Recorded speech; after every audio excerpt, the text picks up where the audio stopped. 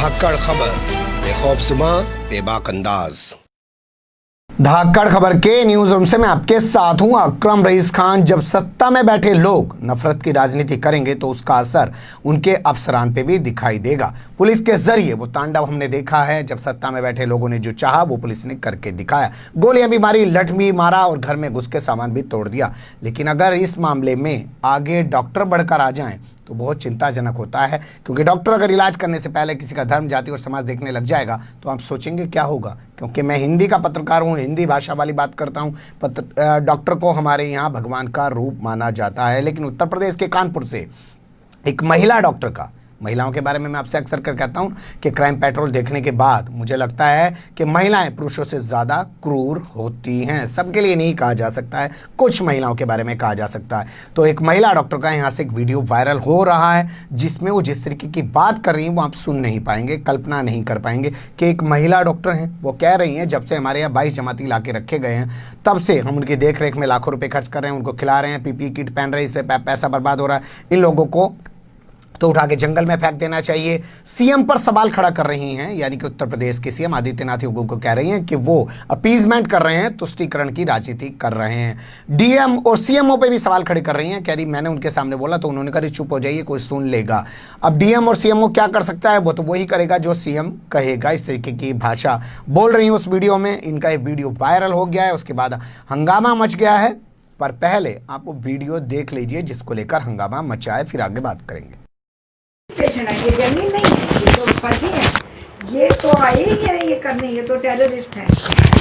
कह नहीं पाए, कहना नहीं चाहिए, पर ये टेररिस्ट है और इनको हम वीआईपी ट्रीटमेंट दे रहे हैं और खाना पीना ये लगा रहे हैं, अपना रिसोर्सेज इन पे एग्जॉस्ट कर रहे हैं, अपने डॉक्टरों को बीमार कर रहे हैं, इनके लिए अपना खाना खत्म करा रहे हैं, होटल का बिल पे कर रहे हैं। हम लोग रोज लाख सवा लाख रुपया होटल बिल पे कर रहे हैं। इन लोगों से कितनी डॉक्टर क्वारंटीन जा रहे हैं, तो इनकी वजह से तभी तो कह रहे हैं इनके खिलाफ तो ये नहीं है। तो हमारे पास एक मरीज था पॉजिटिव, वो भी चला गया, बड़ा शरीक नारा था, चला ठीक हो गया, कोई नहीं था। अब इनके लिए हमारे सारा रिसोर्सेज तो इनके लिए आप कहिए हमारे 100 किट यूज हो रहे हैं। एक किट का दाम हमको तो सब्सिडाइज मिल रहा है 500-700 रुपए का, पर एक किट का दाम गवर्नमेंट को 2500 रुपया पड़ रहा है। अब वो सोचिए 2500 और 100 किट रोज इनके लिए। ये नहीं हो तो हमें किट चाहिए नहीं, कोई नहीं होता, जीरो है। एक ओम प्रकाश भर्ती तो क्या करेंगे हम लोगों को कुछ नहीं करना, अभी उसकी रिपोर्ट नहीं आई है मैम। तो फिर एक ओम प्रकाश और भर्ती है, अच्छा है बेचारा, वो अपना बंद करके है तो बेचारा। मैम बताइए फिर जमातियों का फिर क्या करेंगे, भैया इसके लिए क्या करेंगे? मैं वैसे तो सोच रही हूँ कि आप कहीं लीक मत करिएगा, हेल्थ मिनिस्टर से बात करेंगे, डॉक्टर हर्षवर्धन से बात करेंगे। हम एक लेटर लिख दीजिए ना उनको, लेटर ही लिखिए तो उसके क्योंकि यहाँ तो ये लोग कोई नहीं सुनेंगे, डरते भी हैं। डीएम तो वही मुख्यमंत्री के आदेश चल रहे हैं, मुख्यमंत्री कहीं ना कहीं अपीजमेंट वाला मार्ग अपना रहे हैं। नहीं तो आप उसकी आप लोग कोई रिकॉर्ड तो नहीं कर रहे? अरे नहीं रिकॉर्ड करो, आप बात करेंगे। वो अपीजमेंट है, इनको भर्ती करना है, इंजेक्शन लगवा दीजिए एक एक करके धीरे धीरे। यही तो गाजियाबाद का जिक्र करते हुए आप एक लेटर उनको लिख दीजिए। जिनको जेल में डालना चाहिए, आप यहाँ लाके इलाज कर रहे हो, दूसरों को इन्फेक्ट कर रहे हो, खाना पीना खिला रहे हो, दवाइयाँ बर्बाद करो, मैनपावर बर्बाद करो, किट बर्बाद करो। दवाई से ज्यादा हमारा किट बर्बाद हो रहा है।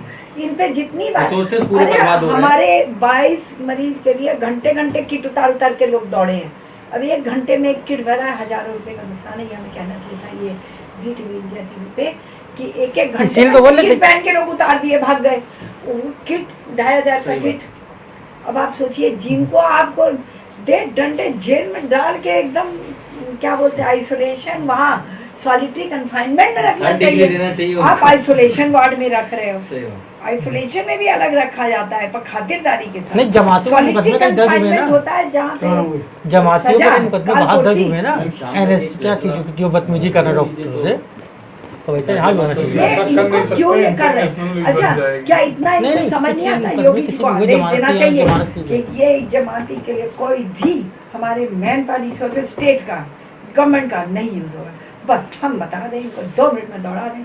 हमने 22 को जिस तरह से पूरी रात जग के हल्ला किया, तो सुबह जाके एम्बुलेंस मिला, तब वो कह रहे नहीं 60 एम्बुलेंस इनके लिए लगे हैं, इनके लिए लगे हैं खातिरदारी के। उस दिन रात को भी 80 मरीज लाए, खातिरदारी के लिए हमने कहा लगाया, बहुत सीएमओ से मैंने लड़ा। मैंने कहा 80 आपने क्या समझा रहे हैं डीएम को? डीएम को तो वही, डीएम तो वही करेंगे जो सीएमओ समझा।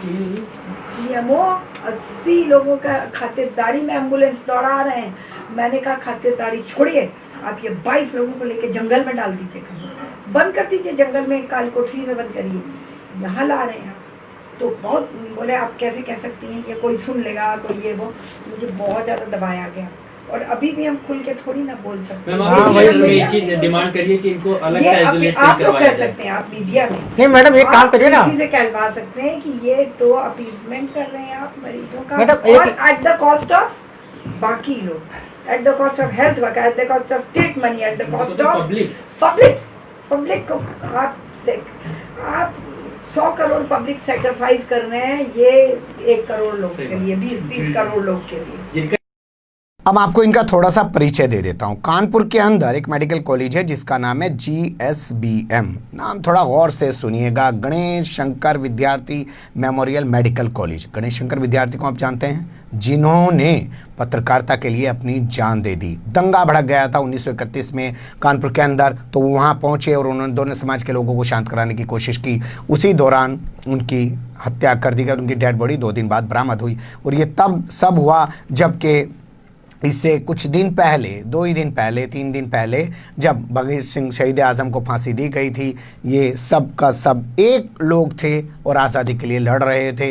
लेकिन वहाँ वो गए उस इलाके में, हिंदू मुस्लिम दंगे जो हो रहे थे उनको रोकने के लिए, और वहाँ उनकी जान गई। लेकिन यहाँ उन्हीं के नाम से बने हुए एक हॉस्पिटल में ये बैठी हुई जो डॉक्टर है, वो यहाँ किस तरीके की भाषा का प्रयोग कर रही है। नाम इस डॉक्टर का जान लीजिए, डॉक्टर आरती लाल चंदानी। अब इस पूरे मामले का वीडियो वायरल हो जाने के बाद जो यहाँ की सांसद रह चुकी हैं, कानपुर की CPI की बड़ी लीडर हैं सुहासिनी अली, उन्होंने इस पूरे मामले को लेकर कमिश्नर को वीडियो भेजा और उनसे जांच कर कार्रवाई करने की बात कही। कैसे सुहासिनी अली इस पूरे मामले को उठा रही हैं, उन्हीं की ज़बानी सुन लीजिए। मैं सुभाषिनी अली हूँ, CPIM की पॉलिट ब्यूरो की सदस्य और कानपुर की पूर्व सांसद। आज एक वीडियो देखने को मिला जिसमें हमारी जो प्रधानाचार्य है मेडिकल कॉलेज की, वो बहुत ही आपत्तिजनक भाषा का इस्तेमाल कर रही हैं अल्पसंख्यक समुदाय के लोगों के ख़िलाफ़ और फिर समस्त अल्पसंख्यक समुदाय के ख़िलाफ़ बहुत ही गैर संवैधानिक और एक तरह से असभ्य भाषा का इस्तेमाल वो कर रही हैं। मेरा ज़िला प्रशासन से और उत्तर प्रदेश की सरकार से ये कहना है, उनसे ये मांग है कि वो उनको पद से हटाते हुए इसकी जांच करें और अगर ये सही प्रमाणित होता है तो उनके ख़िलाफ़ मुकदमा कायम करें, क्योंकि उन्होंने संविधान का उल्लंघन किया है। इसके साथ साथ ये बहुत दुख की बात है कि उन्होंने उस वचन को भी तोड़ा है जो हर डॉक्टर लेता है डॉक्टर बनने के समय, जिसके अनुसार वो ये प्रतिज्ञा करता है या करती है कि हर व्यक्ति के साथ वो बराबर का व्यवहार करेगा या करेगी और हर व्यक्ति को स्वस्थ करने की पूरी कोशिश करेगी। उस वचन को भी उन्होंने तोड़ा है अगर ये सही है तो। ये मेरी मांग है। मैंने कानपुर के जो आयुक्त हैं कानपुर जोन के, उनको भी ये वीडियो भेज करके उनसे भी इस तरह की मांग की है। आपने सुहासिनी अली को सुन लिया, वो इस पूरे मामले को उठा रही हैं। लेकिन बड़ा सवाल ये कि जिस तरीके से ये महिला बोल रही है तो इसका क्या कहना है। इस महिला का भी पक्ष हमारे पास है लेकिन वीडियो के रूप में नहीं है। अखबार में छपी हुई खबर के मुताबिक, अमर उजाला की रिपोर्ट के मुताबिक, इस महिला डॉक्टर का कहना है कि ये वीडियो 70 दिन पुराना है, उसके घर के अंदर शूट किया गया, उसे पता नहीं है और इसको एडिट किया गया, अब जाके 70 दिन बाद वायरल किया गया क्योंकि कुछ लोग ब्लैकमेल करने की कोशिश कर रहे थे, ब्लैकमेल नहीं कर पाए। अब मैं उनके खिलाफ FIR दर्ज कराने जा रही हूँ। तो भैया जब ब्लैकमेल कर रहे थे आपको प्रिंसिपल महोदया डॉक्टर आरती लाल चंदानी, तब तक उससे पहले आपने क्यों नहीं बताया? ब्लैकमेल क्यों हो रही थी अभी तक, और हो नहीं रही थी तो आपको उनके खिलाफ शिकायत कर देनी चाहिए थी। तो अब वो कह रही हैं इसके खिलाफ FIR दर्ज करने जा रही हैं। DM और CMO से हमने बात करने की कोशिश की, बात नहीं हो पाई है। जैसे ही इस खबर से जुड़ा हुआ और अपडेट आएगा वो भी लेके आपके सामने आएंगे। लेकिन आप सोच के देखिए कि पहले पुलिस और अब डॉक्टर, अगर इस तरीके से समाज बढ़ जाएगा तो होगा क्या। यहाँ पर मैं एक आखिरी बात आपसे कहना चाहता हूँ, उस पर गौर कीजिएगा।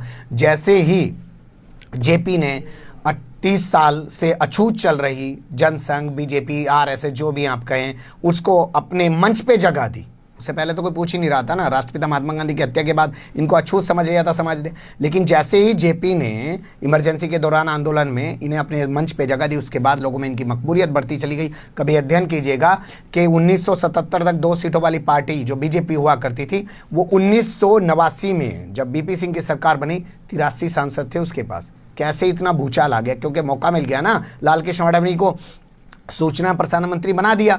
तो सूचना प्रसारण मंत्री बना दिया तो उसी वक्त की पैदाइश है रजत शर्मा, वहां से उठा के लाके पत्रकार बना दिए उन्होंने, ला के मीडिया में घुसा दिए। इसे कहते हैं मीडिया की पावर। उन्हें पता था मीडिया के जरिए हम क्या कर सकते हैं, और महज 12 साल बाद 83 सीटें आ गई और आज देश के अंदर पूरी तरह कब्जा करके बैठे हुए हैं तमाम मशीनरी। तो उसी दौरान एक घटना हुई थी, सरस्वती शिशु मंदिर शुरू किए गए थे आरएसएस की तरफ से। बताया जाता है कि उन सरस्वती शिशु मंदिरों में जिस तरीके की नफरत बच्चों को पढ़ाई जाती है, वो धीरे धीरे करके जब बच्चे बड़े होंगे, आईएएस आईपीएस बनेंगे, तो लोग कहते थे कि जब वो बड़े होकर आईएएस आईपीएस अफसर बनेंगे तो वो समाज के लिए, देश के लिए नुकसानदेह साबित होंगे। क्या ये डॉक्टर, क्या ये पुलिस वाले, क्या ये आईएएस आईपीएस जो बैठे हुए इस तरीके की हरकत करते हैं, क्या ये अब उसी फॉर्म में आ चुके हैं? क्योंकि 40 साल तो हो चुके हैं उस इमरजेंसी के दौर को, और वहाँ से निकलते निकलते पीढ़ी अब 35-40 साल की हो चुकी है, वो पढ़ के यहाँ तक पहुँच चुकी है, और दूसरे अब उसे सत्ता का संरक्षण भी मिल रहा है। क्या इसी वजह से चीज़ें सामने आ रही हैं? सोचिएगा इस बारे में कभी। बने रहेगा धाकड़ खबर के साथ। फिलहाल कमेंट्स के रूप में आप लोग अपनी राय दे सकते हैं, खबर को लाइक कर सकते हैं, चैनल को सब्सक्राइब कर सकते हैं और ज़्यादा से ज़्यादा हमारी खबरों को शेयर कर सकते हैं। फिर ऐसे किसी सुलगते हुए अबरस से मुद्दे लेकर मैं आपके सामने हूँगा हाजिर। फिलहाल अभी मुझे दें इजाज़त।